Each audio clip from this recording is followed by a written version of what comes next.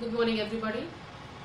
In today's class, we are going to continue the play Merchant of Venice, Act 1, Scene 1, line number 110 to 165. The last class we had, in which we have completed a speech of Graciano, that he was talking to Antonio, and there was a conversation between that, in which he was asking that there is why you are so sad. Okay, why you are so sad, you are looking not well due to your sadness. So he told that, Anthony, I have seen that there are some people who just wanted to be sad. Why? Because they just want to give a good impression to others that they are sad, so they are very cunning, they are very wise, they are very is given a grave, means there is a gravity in them. Okay, so they have a profound conceit character in them. So after this conversation, when they finished, they just finished, Lorenzo was listening, means he was also there. So he told the line number, you just come on your book, page number 26, line number, okay, line number 110. The last line he told that, for Graciano never let me speak. He told that, well, we will leave you then till dinner time, and after that I must be one of these same dumb wise men. For Graciano never lets me speak. He told that after listening the conversation between Graciano and Antonio, Lorenzo so says that I could also be one of the dumb men, a person who cannot speak too much. Okay, a dumb man. Why? When I am being with the company of Graciano, because how much Graciano speaks, I never get a chance to speak to something. So that is why he told that. So after that comment, what Graciano told that, see, we will start from here. Well, keep me company, but 2 years more, thou shalt not know the sound of thy own. Okay, he told that, well, keep me company, but 2 years more, that more is more, thou shalt not know the sound of thine your tongue. Okay, tongue is missing, thine your, okay, tongue. So he told that if you are going to be with me 2 more years, then into how much I will talk in these 2 years. So after listening my voice, you will forget your own voice. Clear? And then after, and when you told that, farewell, I will grow a talker for your advice. Now gear is what? Your gear is advice. So as how much advice you have given to me, so I will go according to your advice. I will follow it. Now Graciano, page number 27. Graciano, thanks. I faith for silence is commendable in a need's tongue died. It's very good line. It's talking about, Antonio, as I'm going to leave you, both of you, but I just want to tell one line more, that silence is commendable when a dried fish, dried, dried or fried, okay, a fried meats of some beets, okay, meats of, that is the meats of any beast, you can write here. So the tongue, Tongu, the dried tongue in a plate. Okay, suppose this tongue is in a plate. So if a tongue is there, if a dried tongue is there in a plate, so this tongue is what? It's lifeless. So why, as it is lifeless, so that silence is suiting on that types of particularly thing what I explained you. Silence is suiting on that dried tongue that is lifeless. But if a person who is young, who is alive, so that silence is not commendable for that types of person. So after this line, both Graciano and Lorenzo left the place. And when you told, is there anything now? He told to Bassanio. Now we have a good conversation between Bassanio and Antonio. He told that, is that anything, what he was telling, is that anything in his conversation, in his talkings? Bassanio, Graciano speaks an infinite deal of nothing, but then any man in all Venice. His reasons are as two grains of wheat hid in 2 bushels of chaff. You shall seek all day ere you find them, and when you have them, they are not worth the search. So it's talking that Graciano speaks too much, infinite, and he's too much, and none of the people in Venice who is talking as much as Graciano. And his talkings are like finding 2 grains, okay, like finding 2 wheat grains were in the bushels of buses of chaff.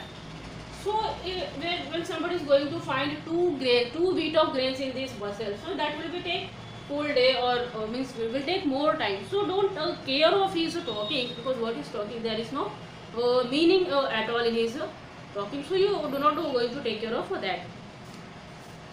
Antonio, well, tell me now, what lady is the same to whom you swore to sow a sacred pilgrimage that you today promised to tell me of? Then after Antonio told that, okay, now leave these things, now tell me what about that lady and your secret about which you are going to tell me, and you promised me to tell your secret about, and also the lady that you are going to visit, pilgrimage means you are going to visit her. So Basilio told, it is not unknown to you, Antonio. We are on line 126. Please see, the speech of Basilio is very important. It is not unknown to you, Antonio, how much I have disabled my state by something showing a more swelling port than my faint means would grant. Continuous, nor I do make moan to be abridged from such a noble rate, but for my chief care is to come fairly off from a great depth, wherein my time something too prodigal hath left me gaze me in debt. He says that you know my condition, Antonio. There is nothing is hidden to you. Whatever is there in my life, you know it very well. So, how much I have disabled my state, my condition, how much I am disabled to maintain it, you know it clearly. But something showing a more swelling port. You know, swelling port. What is swelling port? See this? Swelling port.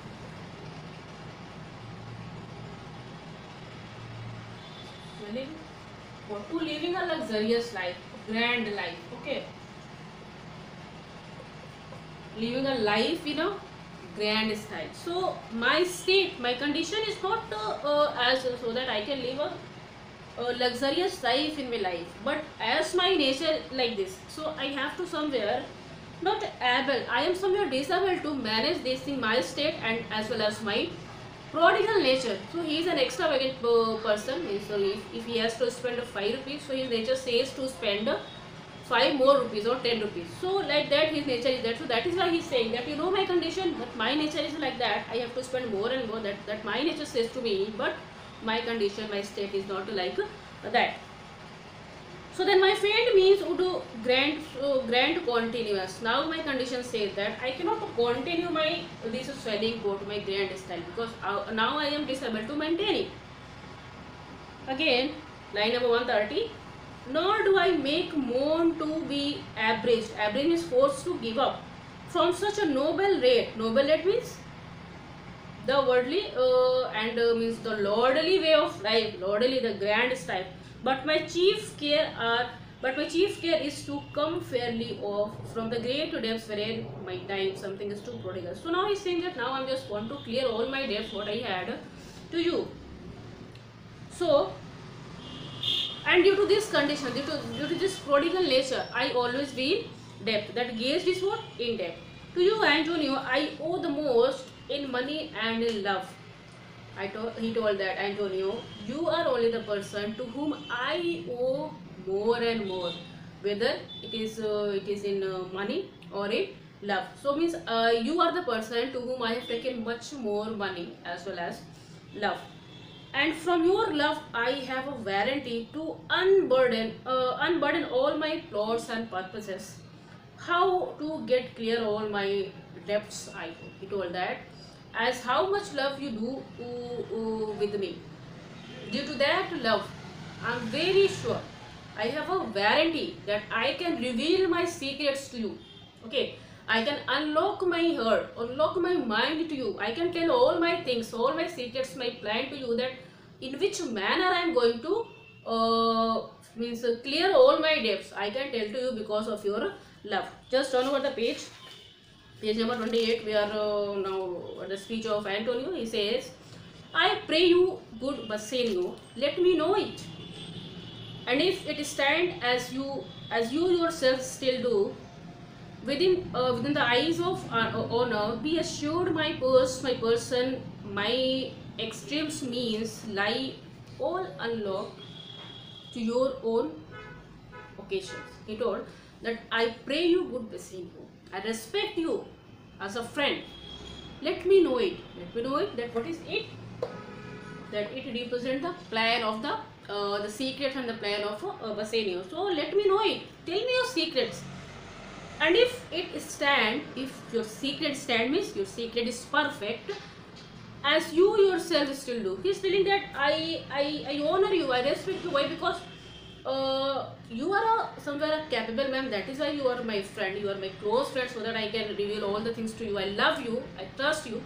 So if you are like honorable person in eyes of mine, so as you are honorable, your plans also have the same. Okay, so your plans is also a perfect plan. So you can tell to me within the eye of honor. Be assured on me that my person, my extreme means whatever, how much I can do for you, I will do. So lie, unlock your occasion. You can unlock yourself. You can tell to all the, tell to me all the things what you have. Bassanio now is going to reveal his plan. Says that in my school days, when I had lost one chef. Okay, one chef means SH. Is that?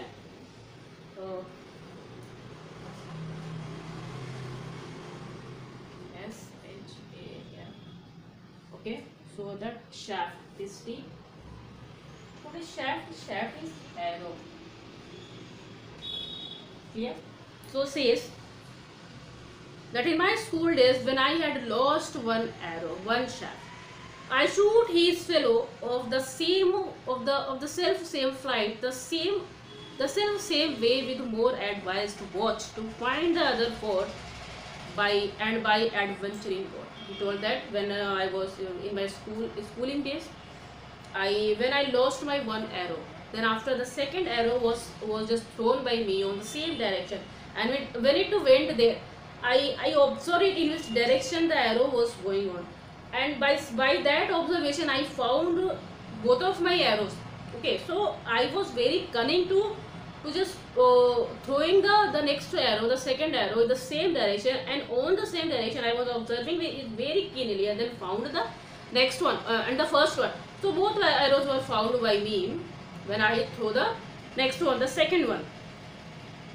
I often found both. Okay, is staying here. I urge this childhood proof. Childhood means this is my experience. Proof is experience. Okay, or experiment. Because what follows pure innocence. I owe you much, because when I threw the second one, it was going directly to the same direction with the first one. So that was my experience to find out both of the arrows. Clear? I owe you much, and like a willful youth, that which I owe is lost. But if you please to shoot me, to shoot another arrow, that self another arrow. Now see that here he is just asking the second loan. Okay, Bassanio is asking.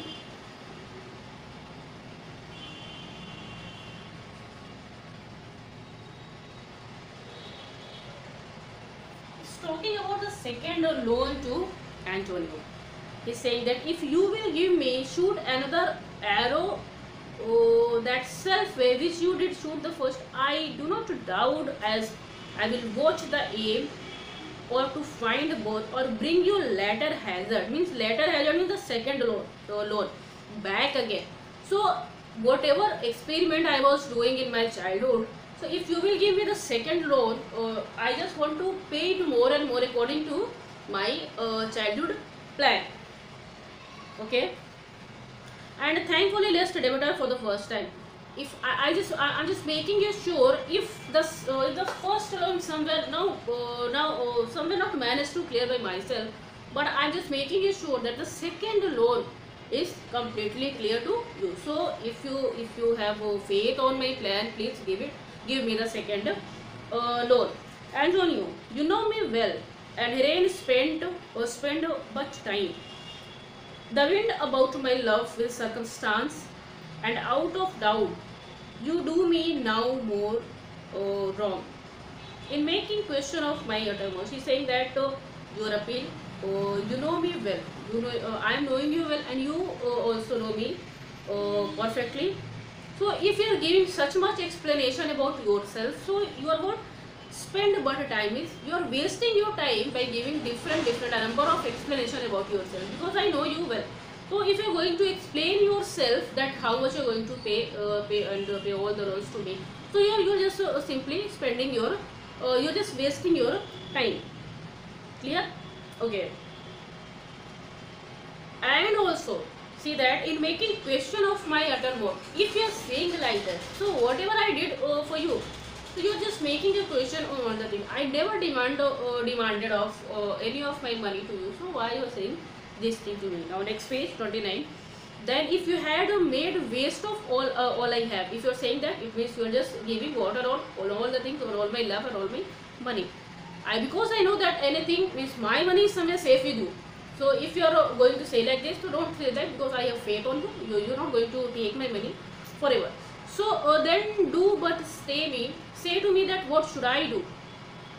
That your knowledge maybe my done, and I am pressed unto therefore speak. So he told that, so don't say these things to me.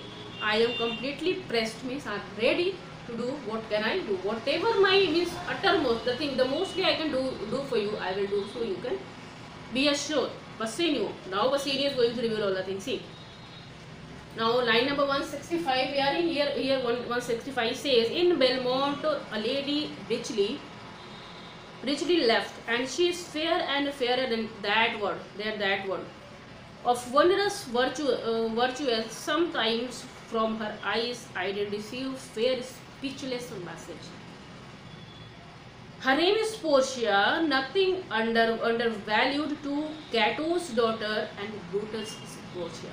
Now he is telling about his beloved. Portia is telling that in Belmont, I was taking the first class in that introductory class. In that class, I explained you two places, Venice and Belmont. So here see the reference of Belmont came. Told that there is a lady richly heiress of Belmont to whom I love. He is saying that she is fair and fairer than the world. Means she is fair and fairer than the world. Means she is fair, is very beautiful, but the virtue, some chastity, the characteristic, the features of also somewhere indulged in the lady.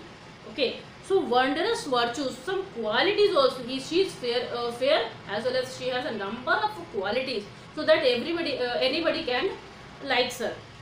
Sometimes from her eyes I did receive fair speechless message. I receive because you know that when there are two, see the romantic comedy how it is there.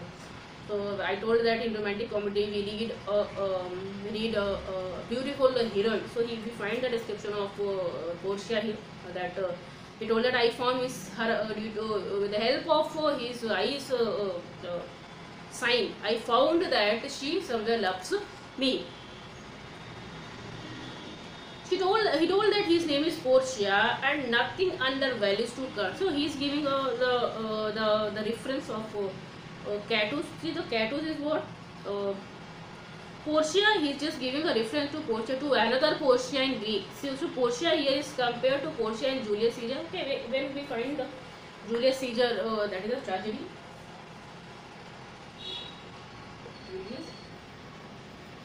So here we find another Portia.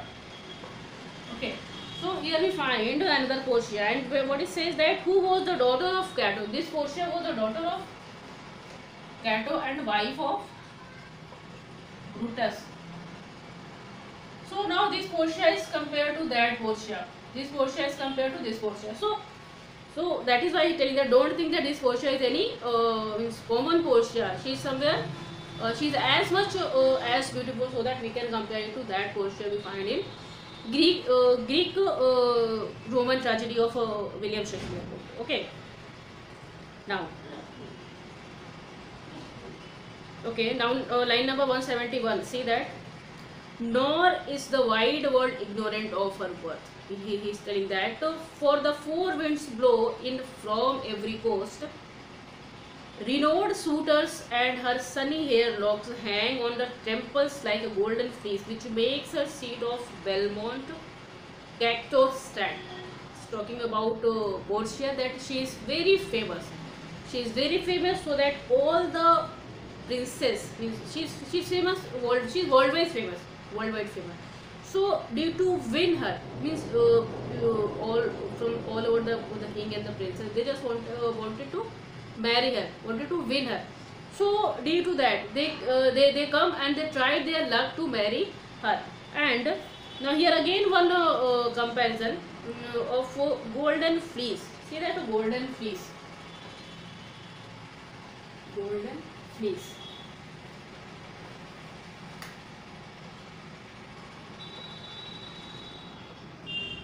You know this golden fleece is what?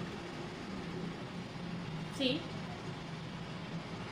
that is a reference is made of ancient Greek legend, who was the fleece. You can see that fleece is fur. You know that a small soft hair of any lamb and sheep. So that is fur. That is a small soft hair.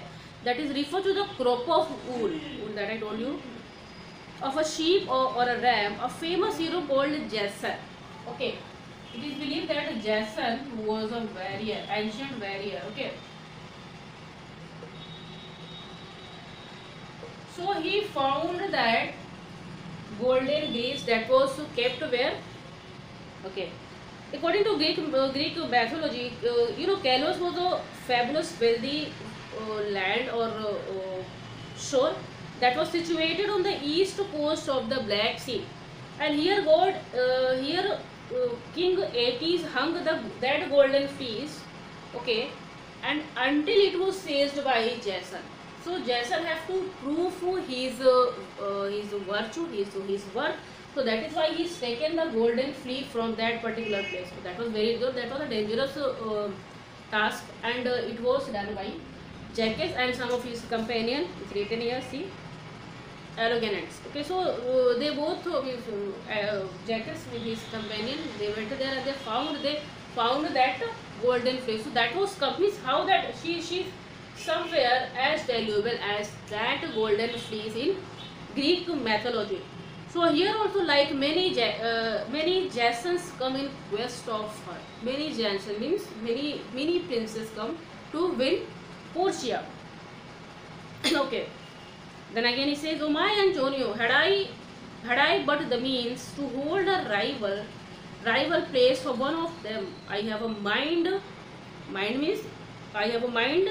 Presage means fortress. Mind is referring to insight. So me such a thrift means success, that I should questionless be fortunate." He told that if I had money, I would also one of them, and my inside power says me that I somewhere be a successful king, so that I can win Portia. So there is no doubt, there is no question that how I could also win that competition. Actually, there was also competition. I will tell you what types of competition is talking about. See, that Portia's father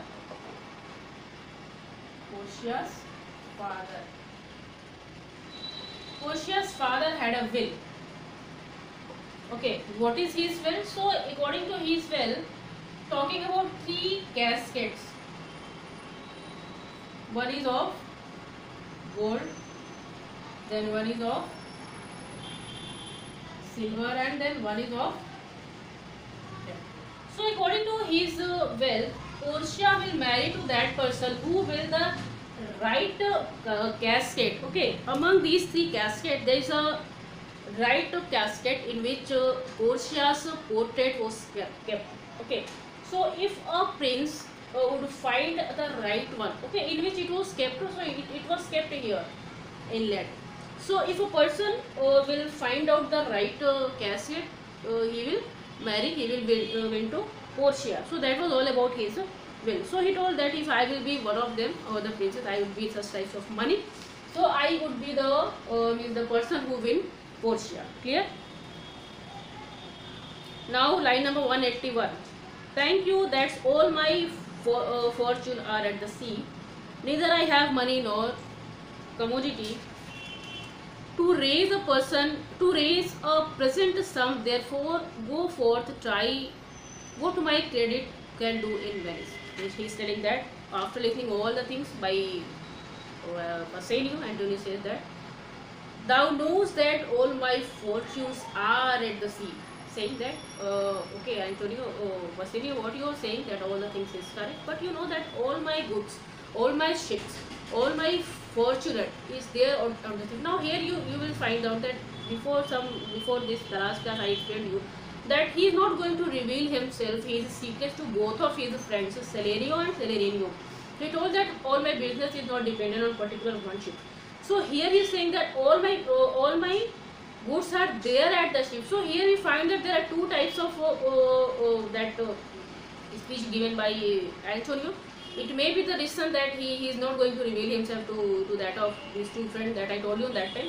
So that is his cunning. He is a cunning businessman, as well as these two friends are not closer like Bassanio. So he is telling here that all my goods, all my means valuable things are there at the ship and that are at the sea. So I don't have money this time, nor I have money nor commodity to raise a present sum, therefore go for. So I cannot help you, means I don't have any ready cash with me so that I can give you. He told, go forth, try what my credit can in Venice do. You can go and take my credit, means take my name, because people know me, they respect me in Venice, they know all my merchandise. So they will give you money. You can take credit of my name. That shall be wrecked even to the uttermost, to furnish thee to Belmont, to fair Portia, go presently inquire, and so I will, wherever money is, and I no question make to have it of my trust or for my sake. He told that as my there is a reputed place in this city, very here. So you can take my credit, and that money means any money lender will give you money. So with the help of that money, you will clear all the things, all your plan that is there in your mind. You can win Portia. You can go Belmont to bid fair Portia, and no doubt that they will deny you. So here we finished Act 1 completely. Act 1, Scene 1. So Scene 1 is completely finished. In Scene 1 we found that characters like Lorenzo, Graciano, Bassanio, Celerino, and Antonio. Six characters we found, and then also we found how the character Antonio is going to reveal himself to some of his friend, and then after to Bassanio. So what is the closeness between Bassanio and Antonio? How okay? Then after we have some characteristic of the character of Bassanio, that he is now going to marry with Portia. And he's a normal, a common person. Okay, he's a person who is a spendthrift, but when he will marry to Portia, now he become here to there.